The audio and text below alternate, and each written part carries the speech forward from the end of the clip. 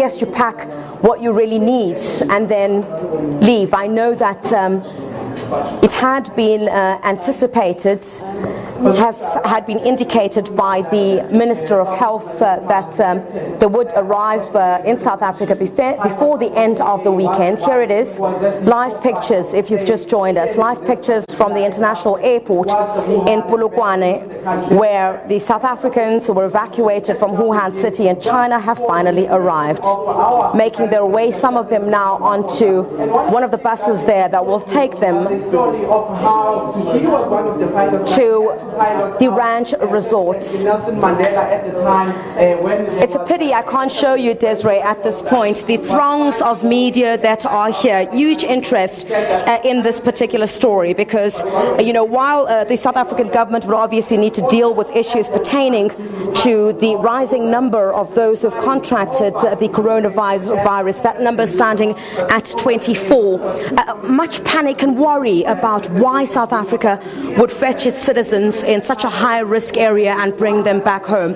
I overheard that Desiree, one of the residents here in Polokwane, basically say to us, if that was my child, would you not allow government to intervene? How would you feel if your child was in China? Those are just some of the sentiments that were shared by some of the people that we spoke to here in Polokwane. The second bus there, Desiree, to pick up the remaining South Africans who are still in the aircraft at the moment. It looks like a very coordinated,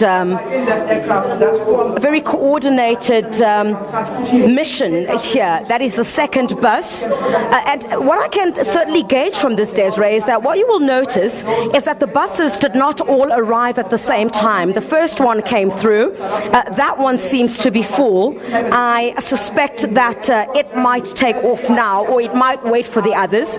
And once probably that door has been closed, the second one now, where the remainder of the South Africans will disembark from the aircraft, will then enter. Remember, the space that they have been given, not too closer to each other. That's all part of the precautionary measure in ensuring that there is that social space that is given between them in the event that at a later stage you might pick up some challenges.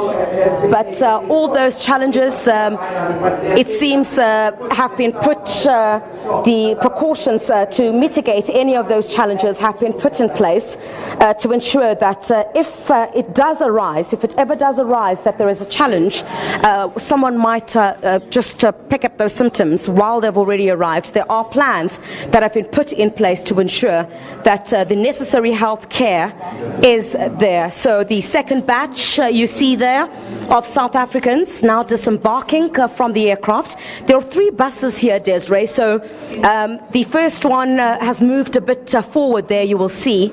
Now, on this one, it will start now to fill up the second batch of South Africans who are now disembarking, as you can see live. Just next to them there, the officials there donning those white protective suits, showing them some direction about where they need to go. And Desiree, I don't know if it would be correct to say, from where I am at the moment, I cannot begin, if I had been a fly on the wall or fly just next to that aircraft, about just to have a look at the expressions on their faces at the moment. A moment of relief, I can certainly tell you, judging from what we have been reporting about over the past couple of, and I can tell you, a moment of relief for their loved ones as well. Stay tuned to the SABC news channel. We'll also be speaking to some of those relatives who have been waiting for this moment. I received a telephone call from one of the family members this morning who said to me, Criselda, are they really arriving this morning? So you get a sense there, Desiree, of families who simply cannot wait, despite the fact that they will not be able to be reunited just yet. The fact that they're just back home is what is important for them at this stage. So we're really going to try our level best there, Desiree, to bring the latest to you live from the international airport here in Polokwane. All right, for some of our viewers, you can also stay tuned to our channel here.